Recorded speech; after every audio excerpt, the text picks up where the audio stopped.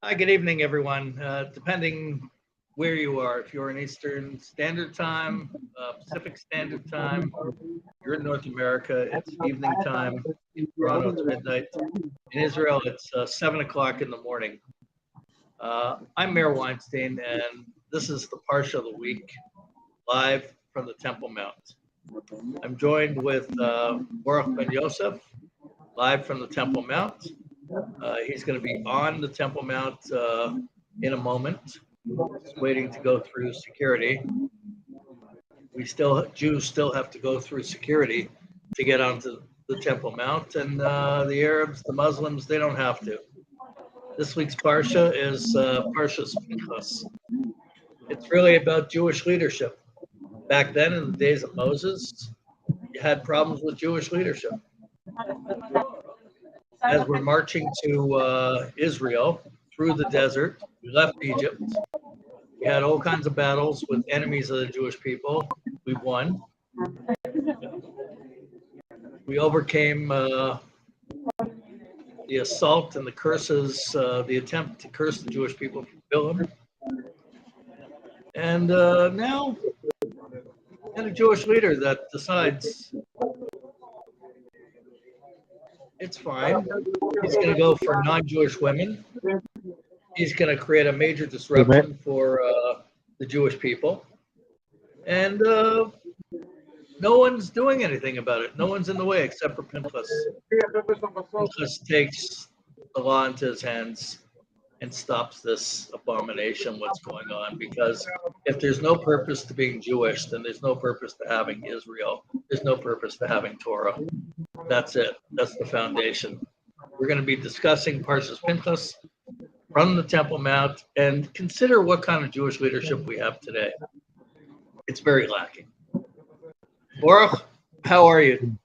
Good, much better.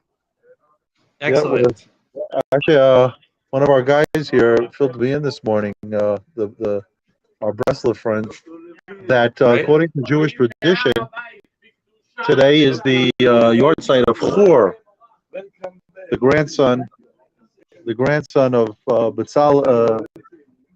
The son of Miriam, who was killed on the Temple Mount.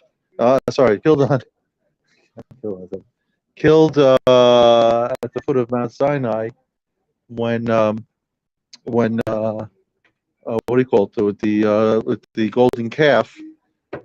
And it's interesting because the tomorrow is Shivas Tammuz, the 17th of Tammuz is when we have a fast day to commemorate the breaching of the walls of the old city and other calamities that befell the Jewish people in history. One of the things is that the tablets, the first tablets that Moshe received on Mount Sinai with the Ten Commandments, he broke on the 17th of Tammuz. So it fits very well that Hur, who tried to prevent the whole abomination of the golden calf, and he was killed by the people there that were worshiping the golden calf. That he would have been killed that day. So Hur, of course, was one of the greatest Jews who tried to stand up to the evil and paid with his life. And we know that because of him, his grandson was Betzalel, the famous boy, actually, he was a young man who made the vessels of for the temple and the Mishkan, the tabernacle. So we have a very special day here today and tomorrow as we ascend the Temple Mount now. There's not a big group today. I guess people are waiting to come tomorrow for the fast day. Usually a lot of people come. And of course we'll be talking about the portion of Pinchas, which, as our Rabbi Kahana, was one of that was one of his favorite portions of the Torah, because it spoke about a Jew who took things into his own hands and took vengeance. We'll talk about that in a little while. So we have here a lot to talk about. as we enter the temple now. Actually, the story of Pinchas starts off with it starts off with a with the stating the fact that what had ended, how it's like a continuation of last week's ending of the portion where Pinchas stops the plague by killing the head of the tribe of Shimon, who was cohorting with a Midianite woman, and obviously that which was a Chilul Hashem, a desecration of God's name, and all the leaders and everybody were like frozen. They didn't know what to do. They didn't know how to stop it. When Moshe Rabbeinu said something, they said to him, the head of the tribe of Shimon said, "Well, didn't you marry a Midianite?" Of course, Tzipporah, his wife, had been a Midianite. So he said, "Well, so what do you want from us?" So he kind of didn't know what to say, and he forgot the halacha, which is that that in a case like this, you can take the law into your own hands, and if you're a zealot, you can go kill the people that are committing this abomination, which is what Pinchas did, and he and he put his life in danger, and they wanted to kill him because he killed the head of the tribe. But a lot of miracles occurred. Really, who you are? Another world today? I want to just say hi. Hi, how you doing? How you doing there, Meir? So Excellent. so that's how the portion starts off, and then from there it goes to a another census, accounting of the people. Why are the people being counted again? Remember, we started off the whole book of what's called Bamidbar, Numbers, is with a census of counting of the people, and now we count them again. Why do we need to count? Why does God want Moshe to count the people again? So it says that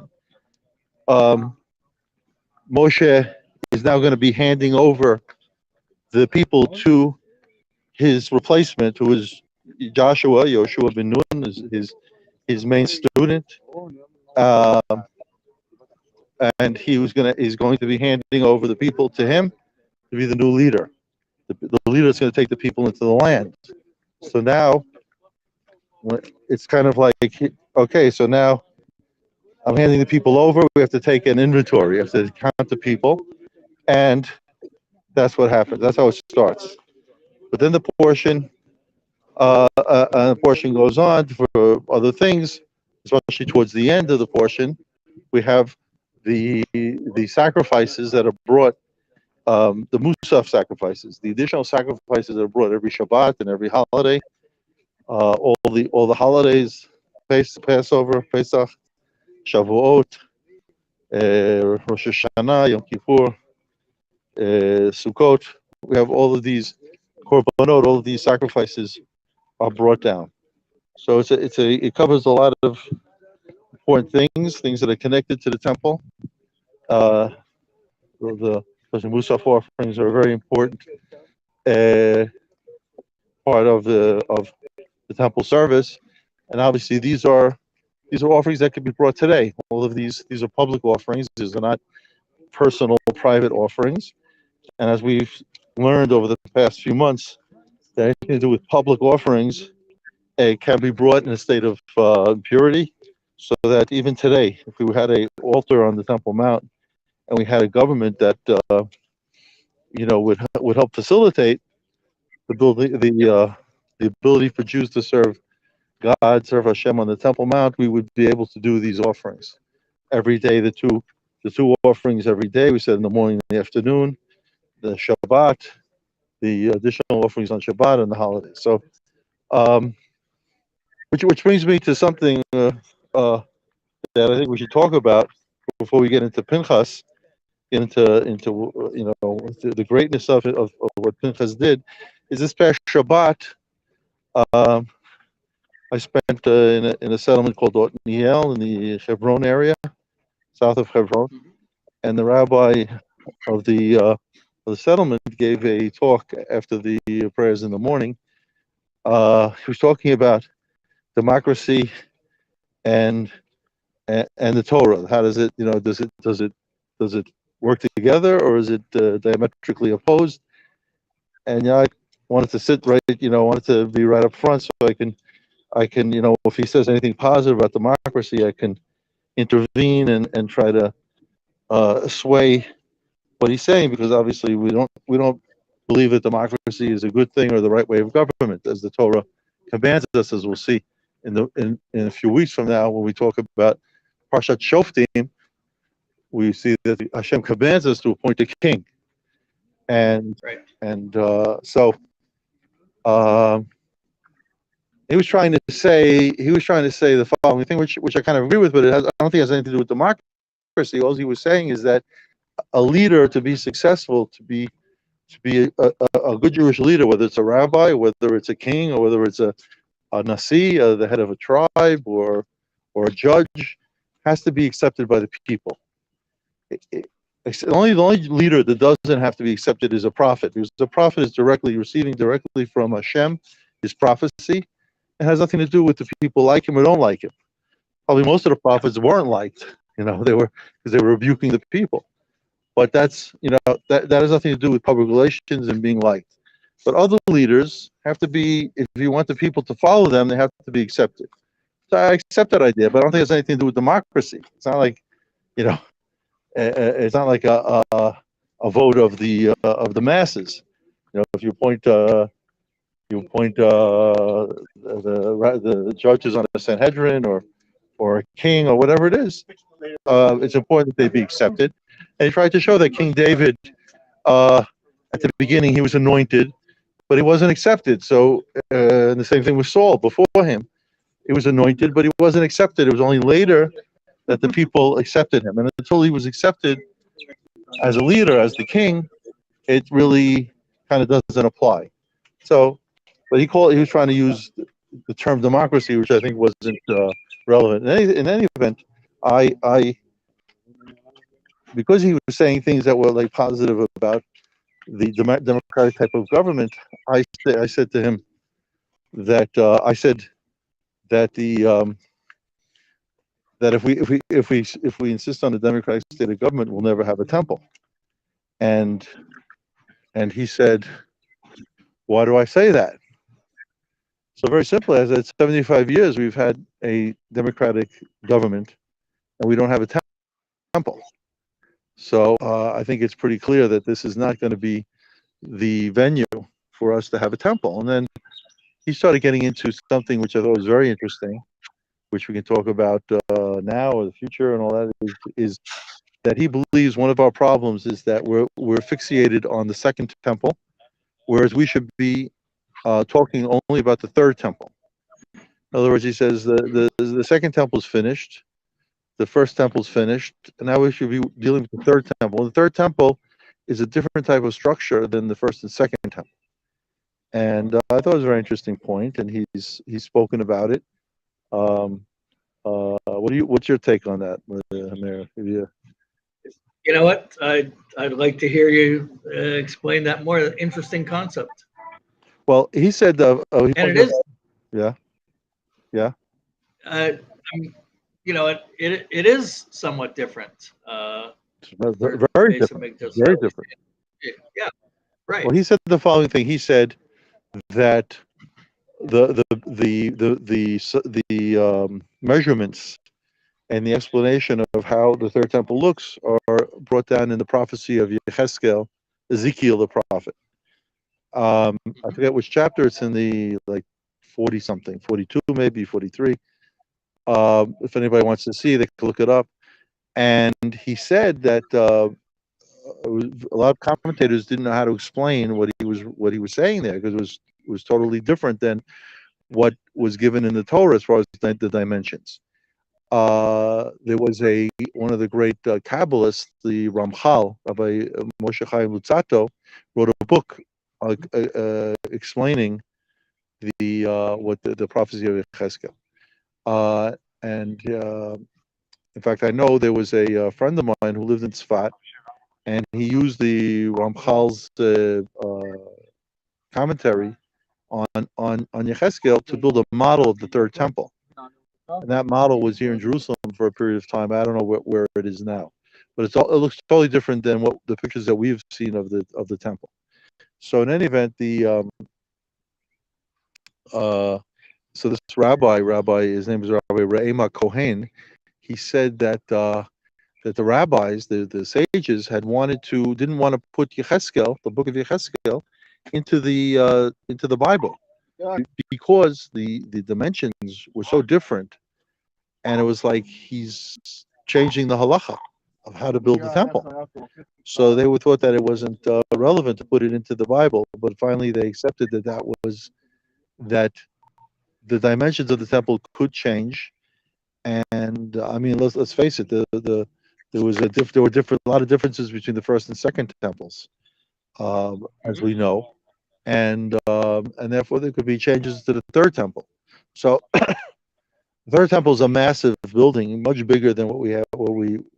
In fact, he said that what the Temple Institute and what we're dealing with today with the pictures of the second temple and all that, he called that archaeology, but not. He said that's the past. That's what was. Things have moved on with thousands of years later, and we have to move on with the rest of the world. Meaning, we have to concentrate on the third temple and not the second temple. So I posed him another question, which he said he didn't have an answer for. Was, if that's the case, what is the Rambam in his book of Halacha, the Av Chazakah? Why does he go according to the dimensions of the second temple? And he said he didn't have an answer for it. I did see, though, yet last night I was learning the Rambam on that, and he says at the very beginning of the laws on building the temple that that in the second temple, when they were building it at the time of Ezra and Nehemiah, they were building the second temple. He said they did put into the second temple, even though it was based on the dimensions of the first temple, they put into it a few different facets of the prophecy of Ezekiel, and he mentions a couple of things that they put in there to kind of despite the fact that they weren't building it according to the dimensions of Yechezkel.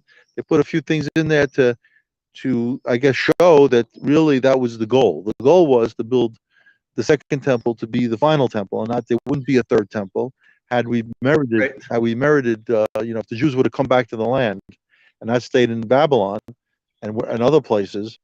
Then the second temple would have stayed forever. It would have been there would be no third temple, and it would have ended up being built according to the prophecy of Yechezkel.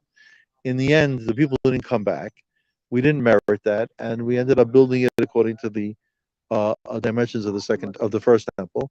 Yet we did put in some elements of the prophecy of Yechezkel. So I would say maybe they laid the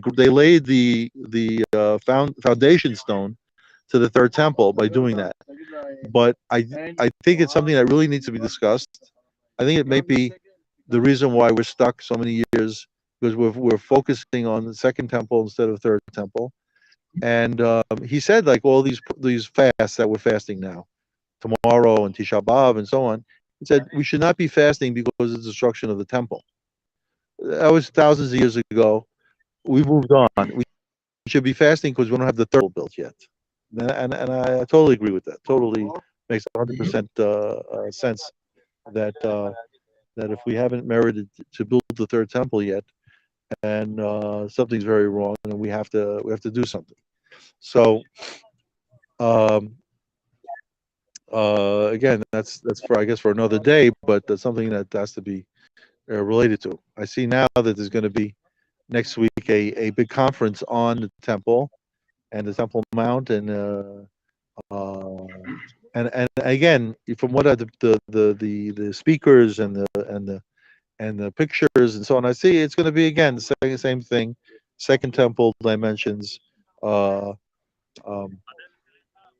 Nothing. I don't know if anyone will bring up the idea of the third temple dimensions, and I see this rabbi, Rema Cohen, is not invited to speak there. So I don't know. Maybe he's persona non grata by by these people because he talks about third temple instead of second temple. So this is a very interesting point. In any event, um, um, going back now to Pinchas, here we are now on the eastern side, facing. We're right now in front of the where the temple stood. We're on the eastern side, facing west. We see where the altar would be, and the sanctuary, the Holy of Holies, is right before us. Behind us, the people up here praying the morning service as usual. There's some new people here, and not a big crowd today, unfortunately, but they're doing kedusha, kadosh, kadosh, kadosh, mitzvot, Baruch kavod Adonai mikol mo'od. Yimloch alaynu l'nision dor v'dor, hallelujah.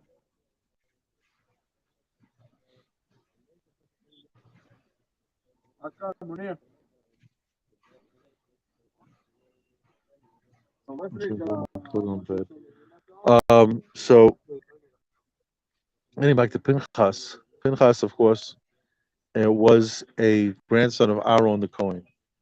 He was the son of Eleazar. Eleazar ends up taking over for Aaron when Aaron dies. Remember, in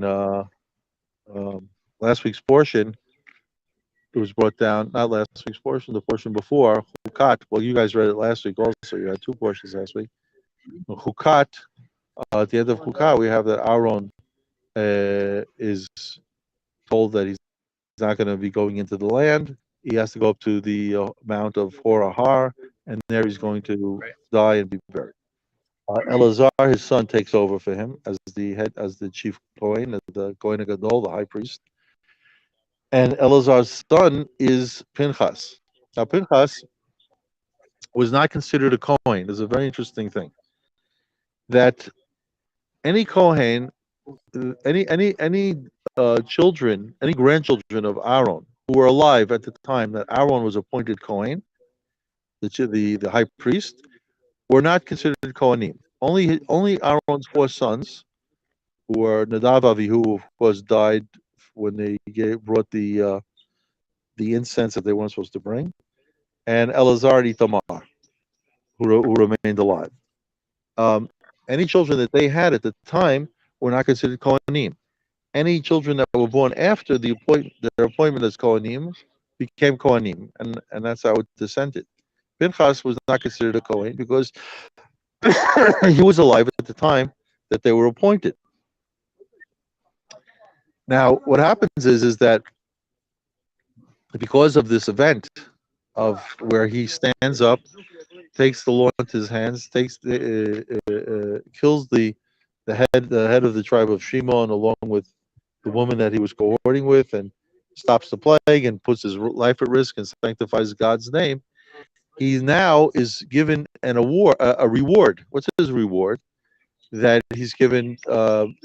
He becomes a Kohen, and at some point he becomes the high priest.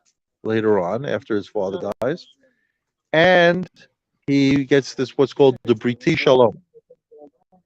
Briti Shalom means the covenant of peace, which is, or really, it's not the word peace is not correct. It would be Shalom is the word complete.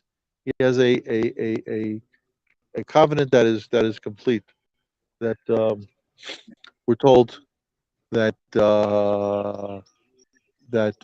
Pinchas is a symbol for the Jewish people forever, and that Eliyahu, the prophet, Eliyahu Navi, the prophet Elijah, who comes later, is considered to be a I don't know, you call it a Gilgul, like the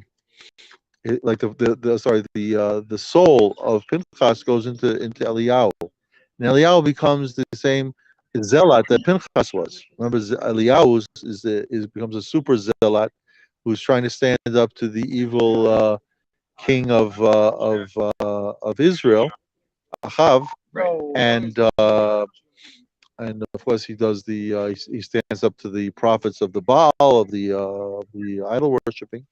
So Pinchas and Eliyahu are tied together, and interestingly, a story later occurs after Pinchas passes away in the time of King David. It says that at the time of King David there was a plague where 70,000 of his people died. The 70,000 that died were died because they had not demanded the building of the temple. Whereas at that point there was still the ark was now in a temporary tabernacle that was built, and Shiloh, the tabernacle in Shiloh had been destroyed. The temple had not yet been built, and King David wanted to build the temple, but Hashem told him he couldn't. But the people, even though David couldn't build the temple, it would have to be built by his son Shlomo, Solomon. But the other people, the rest of the people, were not um, uh, released of their responsibility to build the temple, which is a very important point because a lot of people say we have to wait for the Mashiach, we have to wait for the king, but that's not true. We have an obligation to build the temple ourselves, whether we have the king or not, whether we have the Mashiach or not. We have this obligation.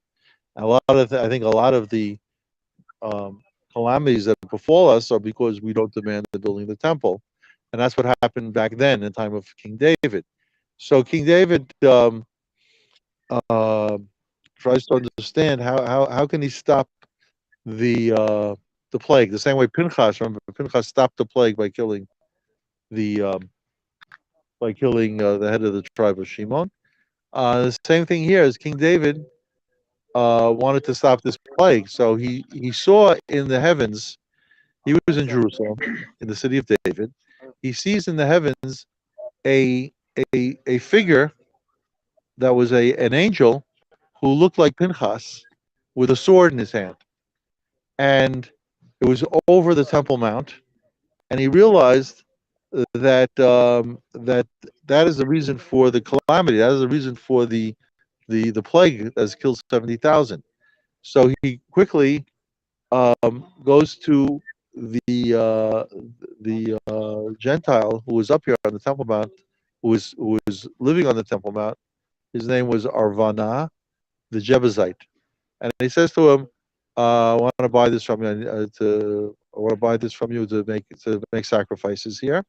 And he sold him the place, and it says that that's one of the proofs that there are three places that none of the nations can make any claims on, which is the Temple Mount, because King David bought it from Arvana the Jebusite, of course the cave of the Machpelah in Hebron, which Abraham bought from Ephron the Hittite, and the burial place of Joseph in Shechem, which was bought by Yaakov from the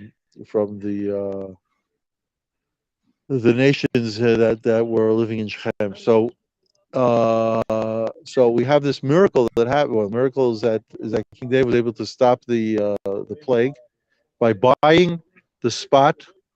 It's called the threshing floor of Arvana the Jebusite, and at that spot he built the altar and made the sacrifices, and the plague stopped. And that's where we want to renew our service today, to renew the sacrifices on that spot today, the same spot that King David bought from Arvana the Jebusite. Unfortunately, even though it's ours, it belongs to us because Hashem gave it to us. And not only that, but we bought it. Okay, so it's ours, but because the Israeli government is so weak and treasonous that it's like we said, it's right before us. We can't go there. They don't let us go there, and the enemies control it. So we want to try to understand why things are so bad everywhere. It's because again we don't have a temple standing and where it's supposed to be standing, and we're stuck. We're stuck, and we have to figure out how to get out of um, this situation that we're stuck in. So again, maybe this rabbi's right. Maybe we have to talk about the third temple and not the second temple. building the third temple. I don't know. But I know there's something missing that we're missing what needs to be done. We've made we've made we've uh, we've made accomplishments over the years. Uh, we've expanded the amount of people that come up here. Obviously, we can now pray, which didn't happen before, in a minyan openly, um, and teach and learn Torah up here.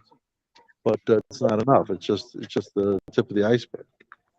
We want, besides the service on the altar and so on, we want the temple. Temple has to be built. Yeah. And the sooner the better. We want it flourishing.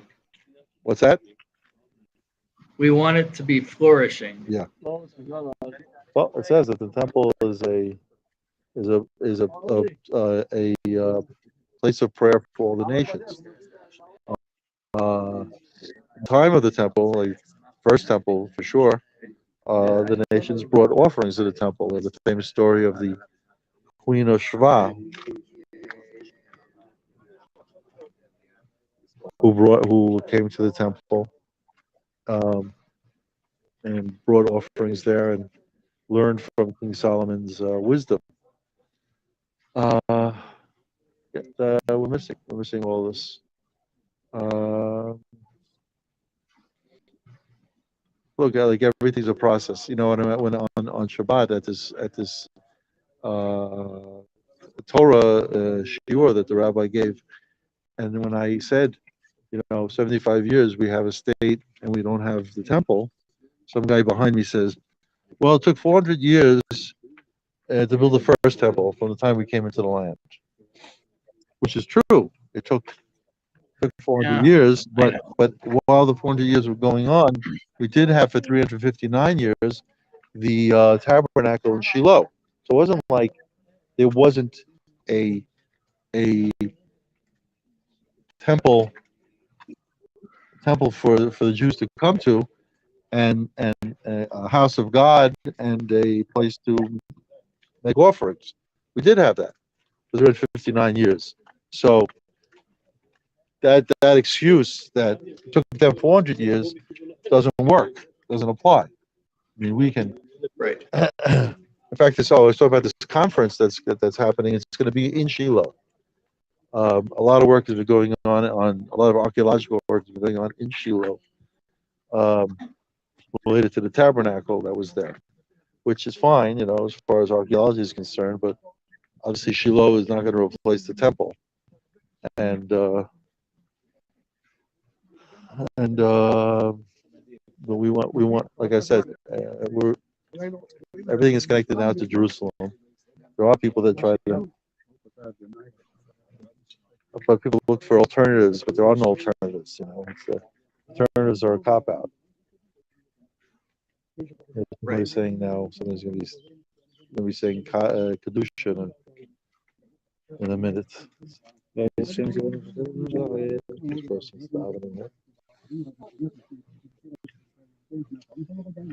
More people joined our group now.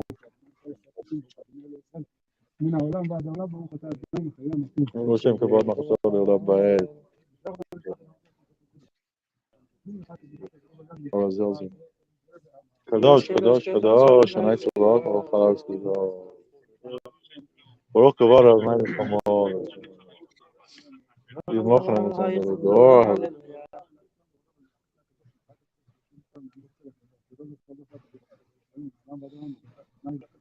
Hashem Kavod Torah. Okay, the rabbi is going to be talking now. אנחנו כאן בבית המקדש בהר הבית. היום אנחנו ביום 16 בתמוז. חז"ל אומרים, ונמצא במשנה במסכת תענית, שב-17 בתמוז נשתברו הלוחות. אז יום עשיית העגל זה יוצא ז' בתמוז. ז' בתמוז, עם ישראל מגיע וירא העם כי בושש משה לרדת מן ההר, ויקהל העם על הארון. נאמרו לא קום עשה לנו אלוהים, אשר ילכו לפנינו, כי זה משה האיש אשר אלינו מארץ מצרים לידענו מה לו. מה עם ישראל ביקש? עם ישראל ביקש תחליף למשה רבינו, זה מה שהם טוענים, ואז הם אומרים, קום עשה לנו אלוהים אשר ילכו לפנינו. עושים עגל זהב. הם רוצים תחליף למשה או רוצים תחליף לקדוש ברוך הוא? נראה, רואים את זה במשך הדורות הרבה פעמים, שיש איזשהו בעיה שלפעמים עם ישראל, כיוון שבאמת את הקדוש ברוך הוא לא רואים במוחש, אי אפשר לראות אותו, כי לא ראיתם כל תמונה, לא רואים, אז צריך, אנשים רוצים משהו מוחשי, ולוקחים דמות, שזה היה ביציאת מצרים, זה היה משה רבינו. הקדוש ברוך הוא לא רוצה את זה, ומתנגד לזה, ולכן רואים כמה פעמים שנעשים בתורה דברים שלא נחשוב ככה. זה מתחיל במכות, היה 9 מכות, משה מכה פה, אהרון מכה שם, אבל את המכה האחרונה, ועברתי בארץ מצרים בלילה הזה, והכיתי כל בכור בארץ מצרים, ובכל מצרים יעשה שבטים אני השם, חז"ל דורשים מיד, אני ולא שליח, אני ולא מלאך, אני ולא שרף, אני השם ולא אחר, אל תחשבו שום דבר, לא משה, לא אהרון, לא מלאכים, לא שורפים, רק הקדוש ברוך הוא עושה הכל. וזה היה צריך להיות בעקרון ביציאת מצרים, היינו צריכים להבין את זה. כשמגיע מתן תורה, אומר הקדוש ברוך הוא, אני בעצמי ירד וייתן את התורה. אבל עם ישראל לא היה מסוגל להכיל את המעמד הזה, ניגשים למשה רבינו, אומרים לו, דבר אתה עמנו ונשמע, ועל לדבר עמנו אלוהים פן נמות, אנחנו יודעים, אתה לא אלוהים, אבל אנחנו לא יכולים לשמוע. אומר הקדוש ברוך הוא למשה, אין בעיה, ועכשיו, וזה כתוב בהמשך, וגם בך יאמינו לעולם, יאמינו שאתה הנביא שלי, כמו שכתוב בקריאת ים סוף, ויאמינו בהשם משה עבדו, מבינים שמשה רבינו הוא הנביא, ואפשר לתמוך עליו, ואפשר להאמין בו, שהוא נביא השם. הגיע חטא העגל, ברר שעדיין לא נכנס הדבר. הם חושבים שיש איזשהו, משה רבינו הוא איזשהו אלוהים, שיש לו את כוחות משלו. בהמשך היה צריך, היה עוד כמה פעמים שיש את הדבר הזה, ולכאורה אולי זה הבנה גם בסיפור של משה רבינו עם הסלע. מה היה שם עם הסלע? כידוע המפרשים נחלקו, העריכו בזה כל אחד בדרכו, מה בדיוק שם קרה עם הסלע. אבל דבר אחד קרה, וזה מפורש בתורה. משה רבינו הוא לא אלוהים. הוא יכול לטעות. הוא יכול לטעות. זה מה שהתורה חוזרת, זה כמה פעמים, היה חטא כזה, לא משנה. היה איזושהי טעות בנקודה של משה רבינו, שבעוצמה היה טעות, והתורה חוזרת לזה ומדגישה את זה, שלא נחשוב שהוא אלוהים. בשונה מדתות אחרות, שאפילו מונתניות, שמאמינות בתורה, כל אחד בחלקים שהיא רוצה, והם עדיין אצלם יש איזה אחד, אם זה נוצרים שישו אף פעם לא יתבלבל, והמוסלמים שמוחמד אף פעם לא יתבלבל, לא משנה, לנו בדת שלנו יש משהו אחר. גם משה רבינו, גם דוד המלך, יכולים לטעות. וזה לא מוריד ממעלתם שהם מוסרי התורה, דוד המלך יושב על כיסא השם, ומשה רבינו מוסר התורה, זה לא מוריד משום דבר. כי כל עוד שהם ודאי קיבלו את העדות, שהקדוש ברוך הוא אומר, הם נביאי השם, אבל שלא נטעה רגע אחד לחשוב שהם אלו, שהם מוסרי התורה. לא, הם משליחים למסירת התורה, הם משליחים לייצג את הקדוש ברוך הוא בעולם. יושב שלמה על כיסא השם למלך. ודאי, אם אנחנו רוצים לדעת מי מייצג את הקדוש ברוך הוא בעולם הזה, מלכות בית דוד, ולפני זה היה משה רבינו, לא משנה, הם מייצגים את דבר השם בעולם, אבל הקדוש ברוך הוא זה לא הם. זה לא דמות, לא ראיתם כל תמונה שעמדו בהר סיני.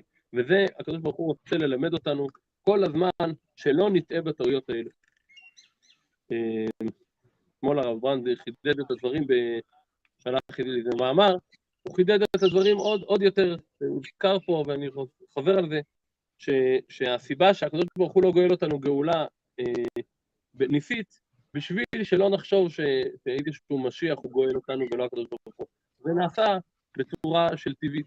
ובאמת אני צריך לדעת שכל עוד שאנחנו מתחילים לחשוב שמישהו אחר עושה משהו, זה מפריע.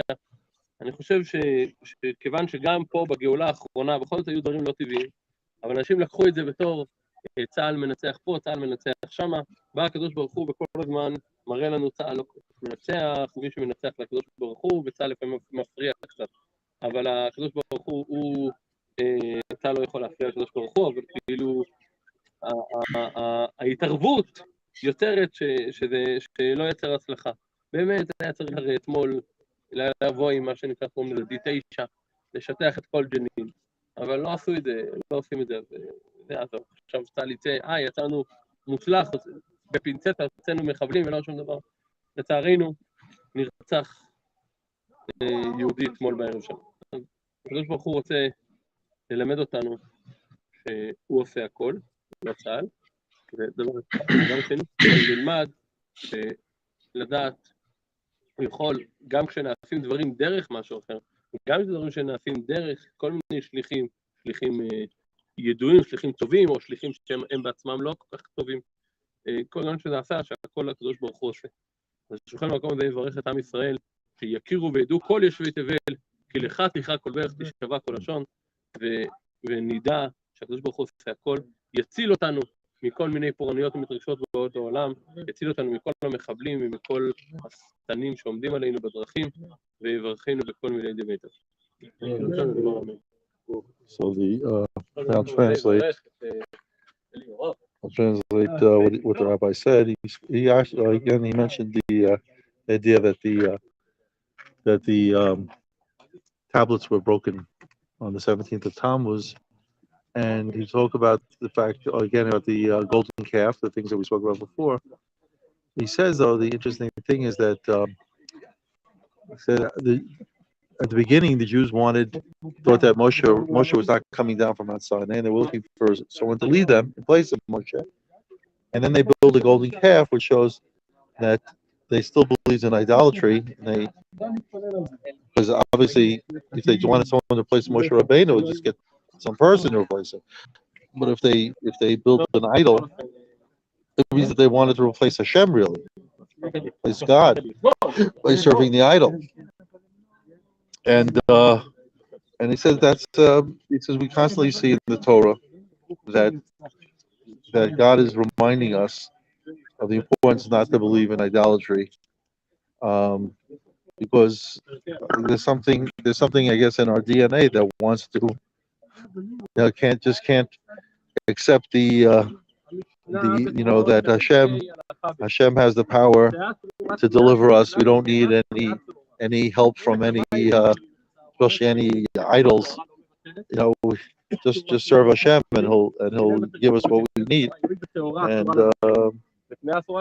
it just doesn't register. And so he's talking about now the present campaign in Jenin. He said you would expect us to come into Jenin with a bunch of tractors and level the city. But instead, they're doing the typical operation where they don't want to harm anybody if they don't have to, and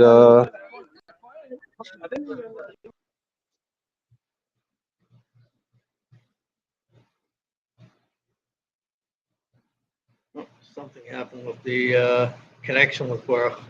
Let me just say he might join us again. He might log back on, but he did say to me before we went live that his battery might be a little bit low and it might stop eventually. However, let me make a statement here very clear, since this is the Parshas Pinchas, and it's live from Har Bayit.